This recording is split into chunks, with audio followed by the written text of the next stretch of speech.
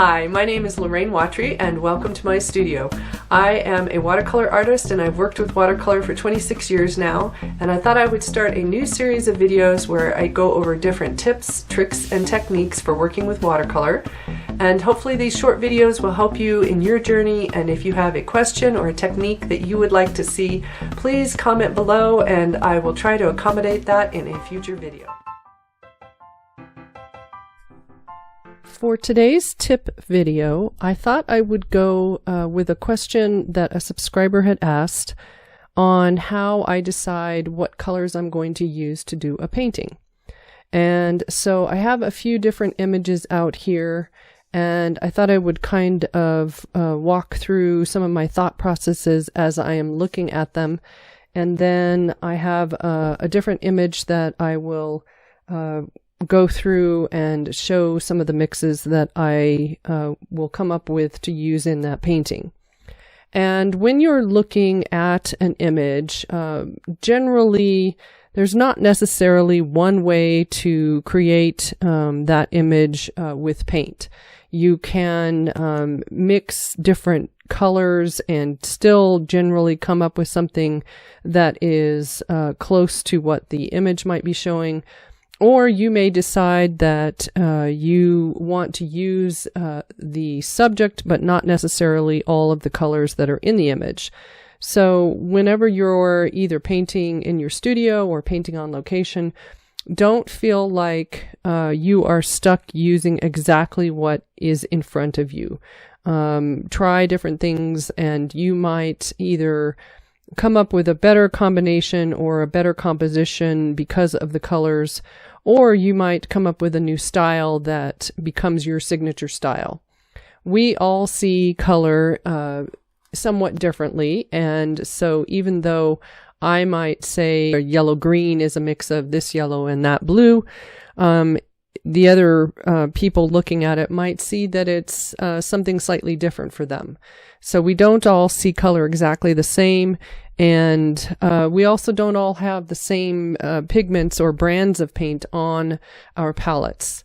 So these are going to be some general ideas, and then you kind of have to put in a little bit of work to look at your palette, your colors, and decide what you might be able to do with them.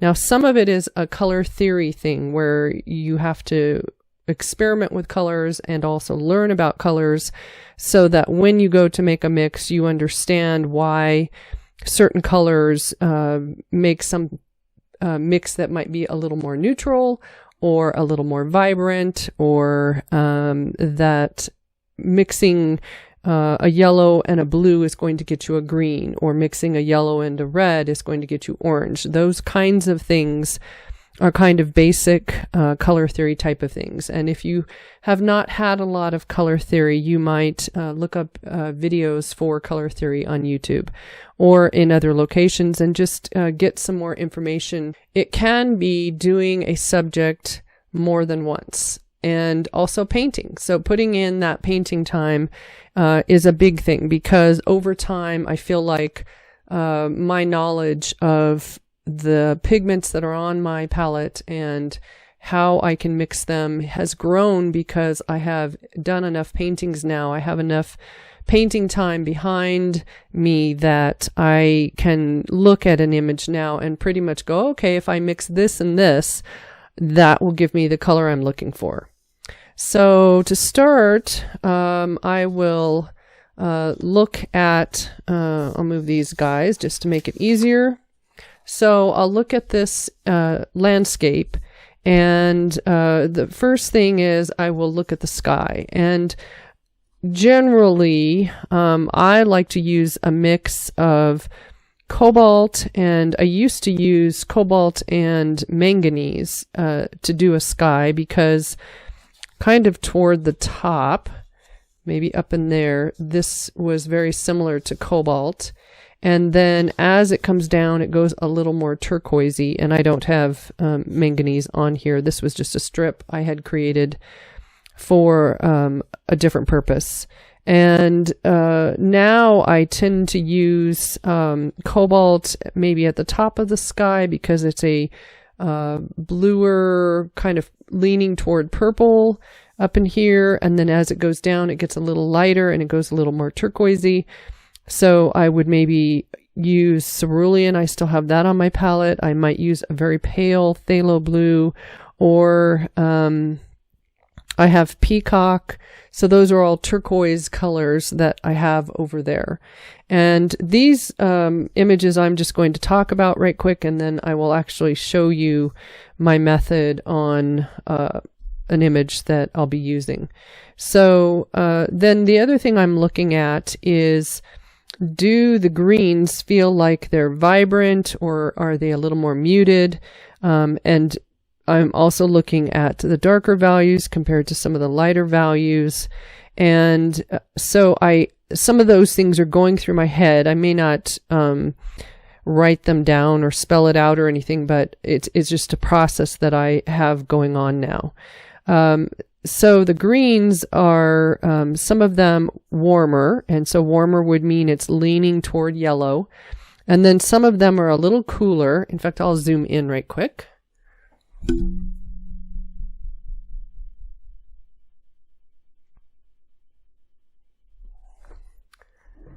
So some of the greens that are down in this foreground are a little cooler. They're not quite as warm as the other greens around them.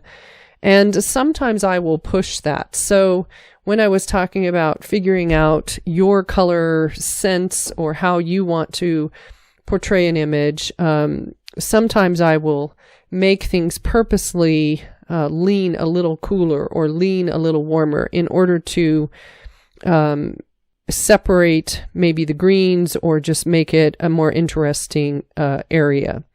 So these guys would maybe be the cooler greens. I might make them a little sagey. So for this water lily, the water lily is pink, and on my palette, and I have to go with the colors that obviously are on my palette, and so I have a Quin Rose that I can lighten and use water with in order to get somewhere in this area, but I could also add a touch of either Aureolin or my somewhat close to lemon yellow, and I use Hansa Light instead of lemon. And so one of those yellows with my rose will give me some of these pinks.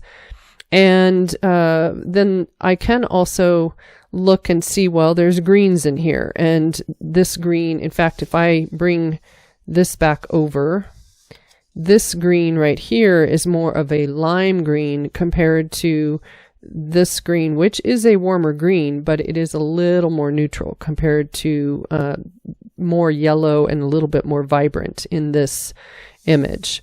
And there's grays in here. And so one of my favorite gray mixes is either cobalt and burnt sienna or ultramarine and burnt sienna. And then I have a variety of greens that I like to mix, and some of those are my yellows with my blues. So sitting down and creating a chart where you go over your paint mixes and just look at all of the paints you have on your palette and make mixes from them. So I have a big chart where I've done that, and that's a really good thing to do as well. And then the butterfly image is, this one is a little odd, and I did not spend a lot of time looking at it because there is a really vibrant orange. There's a little bit of orange back in this butterfly. It's probably hard to see in the image.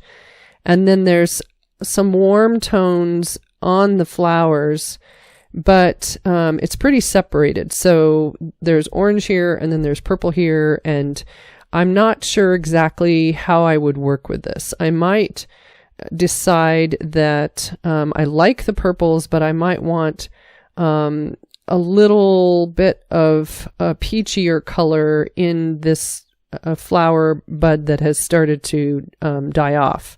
in those areas, just to move the orange around the image a little more. Or maybe how I make this black mix. I might use whatever purple I decide to mix over here and use it in the black, so that the colors that I've mixed are working around the image. So in general, I try to either come up beforehand with a color scheme that I'm using maybe somewhere between 5 to 8 colors, and that I'm using that in different parts of the painting, so that it feels like it is unified. And the other option might be to, for the background, I might have a little bit of purple back here, or I might have a touch of a peachy orange. Instead of this yellow that's in here, maybe that's a pale orange or a pale purple. I could maybe put some purple up over in here in the background.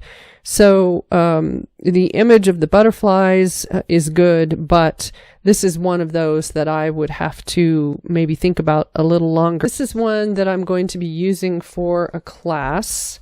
So I have some ideas about what colors I want to use. I'm going to basically test them out on this piece of paper, and I have already an idea of what I want to use for different parts of the painting.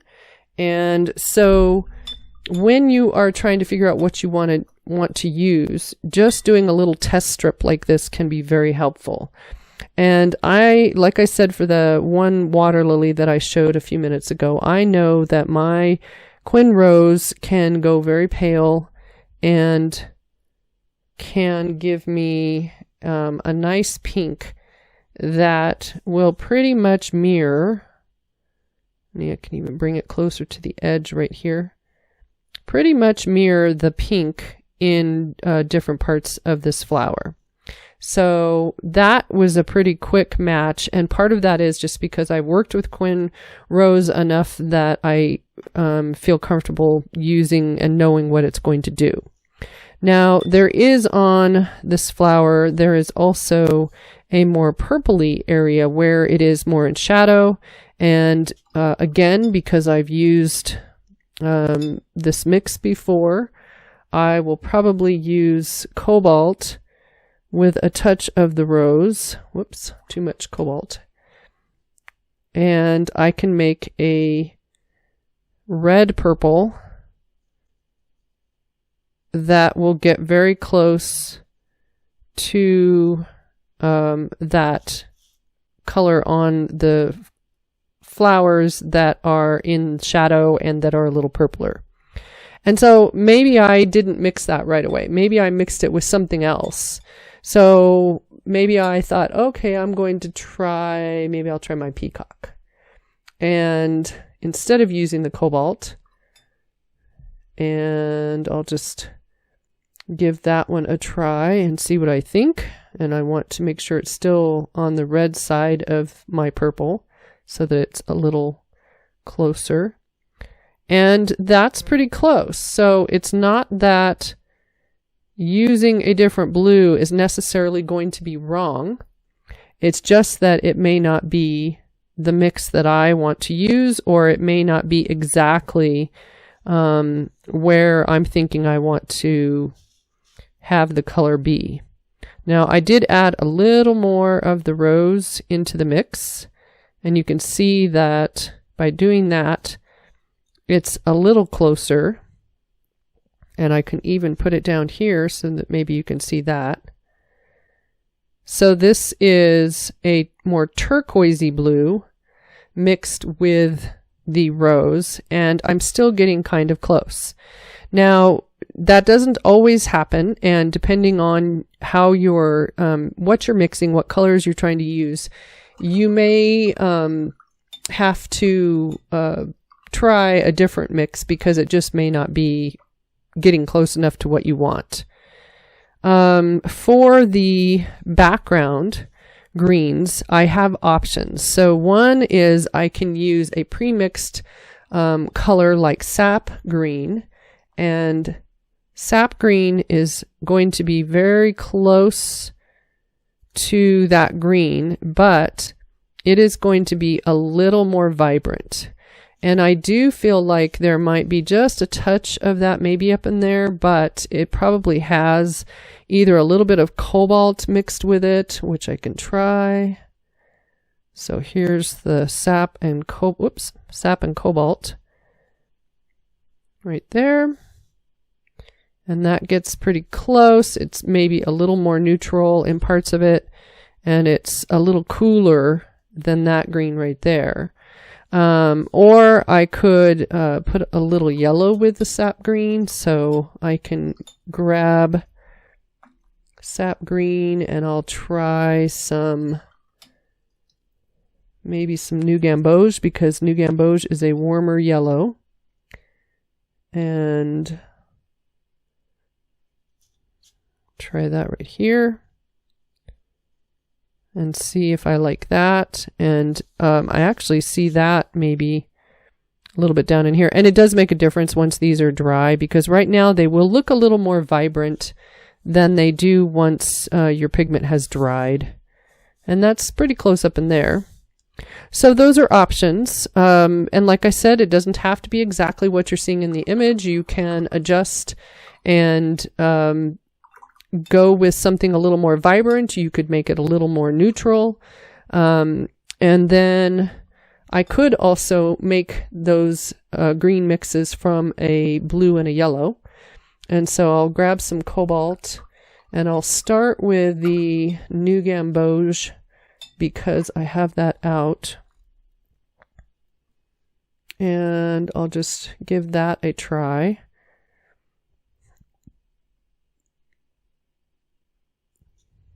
So this is going to be a little more neutral than you can see maybe next to the sap green. It's not as vibrant. And I can hold that up to that area, and that feels like it's pretty close. It's definitely more neutral, and so that might be a good option. I could also try cobalt and aureolin, and aureolin is a kind of in the middle yellow. It's not too warm, but it's not as cool as a lemon yellow or a Hansa Light. And my aureolin is a hue, so it's Holbein's aureolin, and it's made up of more than one pigment. I think it has 3 in it. And because it is not as warm as New Gamboge, it's going to be more vibrant. And this is maybe a slightly cooler mix, and I could go ahead and get more aureolin in there for a warmer mix. So you can maybe see a little difference there. So this has got more of the cobalt in it. This has got more of the yellow. And it's possible that I could use that as well, where I feel like anything is a little more vibrant. In fact, that matches pretty good. It definitely is not as dark as in the image, but the colors are pretty close. So at this point, I'm not looking necessarily at value, although there are times when I would want to make sure that I can get as dark as I need to with whatever mix I'm using. So where the darks are in this image, on the bee, on some of these background things, whatever mix I use, if I'm trying things out, I would make sure that it can go dark enough. So those are some ideas on how to start to get an idea of the colors you want to use. And I would not necessarily use all these different things. I am not opposed to using a variety of blues and using a variety of yellows and reds and maybe pre-mixed colors in my painting. But once I have started on a color scheme, I tend to stay with those colors. So if I can make whatever this darker green is, or maybe my muted colors here, or this purpley dark back in here, if I can make those with the colors that I have started trying out for different parts of the painting, then I will use those colors to make those darks. And that way my painting as a whole will be more unified. And then I just wanted to mention that I will be putting out a few videos. I'm not sure, maybe once a week for a few weeks here, that are showing my video lessons that I have available on my website. And they are classes that I have taught in the past year online, and I have created video lessons from them, and they are available on my website. So if you see one of those videos, it is basically kind of a summary of what the class is about.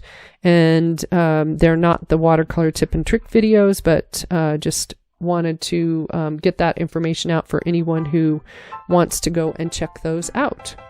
So I will see you next week, and if you have a tip, trick, or technique that you would like to see in watercolor, please leave a comment below and I will add it to my list. Thanks a lot. Bye.